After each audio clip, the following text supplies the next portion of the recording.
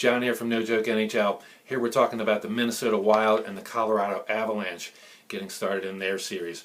Colorado Avalanche surging at the very end of the season to take over the top spot in the Central Division over the St. Louis Blues, who absolutely collapsed, and Minnesota finishing fourth in that division secure the #1 wild card spot. So let's look at how the Avalanche came home. Avalanche finished with 112 points, a plus 30 goal differential. Finished their last 10, 7-1-2, so very respectable coming in. Winning the games that they had to, and taking care of business to get that divisional title. Minnesota comes in with 98 points, plus 1 goal differential, and they came in 6-3-1 in their last 10, so certainly respectable there. They had to win the games they needed to win to secure that final wild card spot with Phoenix and Dallas both contending to be able to bump them out. Of course, Minnesota finished 7 points ahead of Dallas, so they were kind of cemented in that spot, but like I said, they won the games that they had to in order to get this done. This series is priced very competitively by the books. They have Colorado as a -129 favorite, come back on Minnesota plus 110. The money's been coming in on Minnesota. A lot of people out there talking about the Wild being able to spring the upset, and you have to take them seriously. This is a team that picked up 2 key players before the strike-shortened season last year, Zach Parise and Gary Suter, and of course with the way the season started off, brand new team, brand new system. They really weren't able to gel at the very beginning, but were able to put it together and get to the playoffs. Able to win a game or two off the Chicago Blackhawks in the first round last year before the Blackhawks finished them off and went on to win the Cup. And so, Minnesota now with a full season under their belt, and also with a key acquisition late, by the trade deadline, where they picked up Molson from the New York Islanders, who's added a little bit of offensive punch, which has always been their problem. They've always played, very good defense, just haven't been able to, score goals when they get matched up in it, with a team that can put the puck in the net. And so now with Molson and Parise and others, like I said, on the squad, they could be dangerous. The Avalanche, on the other hand, come in here suffering the loss of Matt Duchene, a key cog in what they try to do offensively. So the Avs certainly can get it done, but missing that Matt Duchene, and oftentimes teams like, this is Patrick Roy's first year, certainly a fiery competitor. He's going to have his team ready to play and so forth. But usually what happens is teams, kind of like when they get they went from a lottery pick last year to making the playoffs as the #2 seed in the West. So that's a big turnaround, and certainly some big things expected from them, and that's an awful lot of pressure to come into the playoffs as well. So usually teams kind of go through some growing pains, especially in the postseason, and the Avs certainly fit that model. Not saying they're going to lose here. Like I said, they own the home ice advantage at altitude in Colorado, and that's certainly nothing to sneeze at. Although it's not as much of a home ice advantage with the way the scheduling in the playoffs is. Generally, they have a big advantage if teams are playing on the second of a back-to-back going in there. So let's look at the full season numbers here. For the Minnesota Wild, 2.46 on offense, 2.32 on defense. So again, that stellar defense. The offense been a little shaky. Like I said, they didn't pick up Molson until February.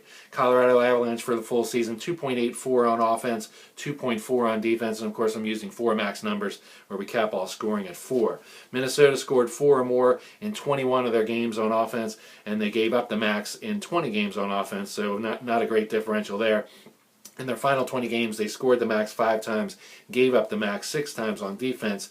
Colorado scored 4 or more, 32 games on offense, very impressive, and defensively gave up the max in 21, which is kind of about average for the playoffs teams this year. In their final 20 games, they scored the max 6 times, and they gave up the max 5 times, so nothing really distinguishing there as far as whether or not they did the bulk of their work early on in the season, although with 32 maximums on offense and only 6 in the final 20 games, so they did do more of their damage in the first 3 quarters of the season than they did on the final quarter.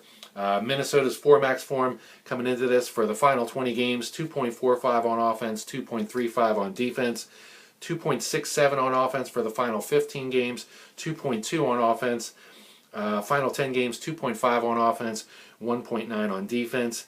and final 5 games 3.2 on offense, so 1.8 on defense. So a nice a nice little turn of events there as you get smaller and smaller sample closing towards the end of the season. They closed very well, using Formax as the analysis tool, as the analytical tool, I should say. Colorado, in their Formax form, final 20 games 2.85 on defense, 2.85 on offense, 2.45 on defense. Final 15 games 2.87 on offense, 2.4 on defense.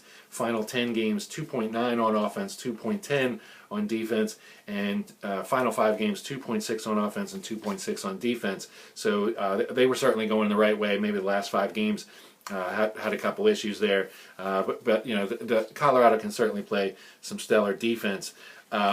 So the one other big question for the Minnesota Wild to be able to pull this off is their goaltending. They lost Backstrom to injury, and they were going with Darcy Kumper, who's also became injured, and he's coming back. So basically, the main goaltender that they're going with is Ilya Bryzgalov, and you may remember him from the Philadelphia Flyers Pittsburgh series, where both teams were lighting up the scoreboard all over the place. So his last postseason experience is not something really to bank on, especially with your money at this point. But he does come in, and like I said, he has a completely different team in front of him than the Philadelphia Flyers. Flyers not really known for their stellar defense at any time in the last 5 to 10 years for sure. They certainly have a wild offense, and they play a physical style, but defense is not one of their key things. And also they really haven't had the best of goaltenders really there as well. So Bryzgalov is a huge question mark, but he can put it together, and he should be there. Varlamov, of course, for the Avalanche, had a great season this year. Like I said, a complete turnaround for this Avalanche team, who were a lottery pick last year, and then they end up and finish the 2nd seed here. So certainly a lot of expectations, but also a lot of pressure on the Avalanche as well, with those expectations. And so I kind of look for the Wild to be kind of quiet here, and possibly be able to take care of business. Like I said, the key for them is going to be can Bryzgalov and their defense keep the Avalanche out of the net. Going to have to monitor to see if Matt Duchene's going to make a comeback in this first round. Hopefully for Avalanche fans and for the Avalanche, he can, because like I said, he is a key cog to what they need, as far as what they need to advance past the Wild, and then hopefully get beyond this. So with that, like I said, the numbers will be up on statintelligence.blogspot that I'm referring to, as far as the Formax averages for the season and everything. And so be sure to stop by and check those out, as well as the recaps on Jeff's blog every night. And with that, let's drop the puck, and even more importantly, let's make some money.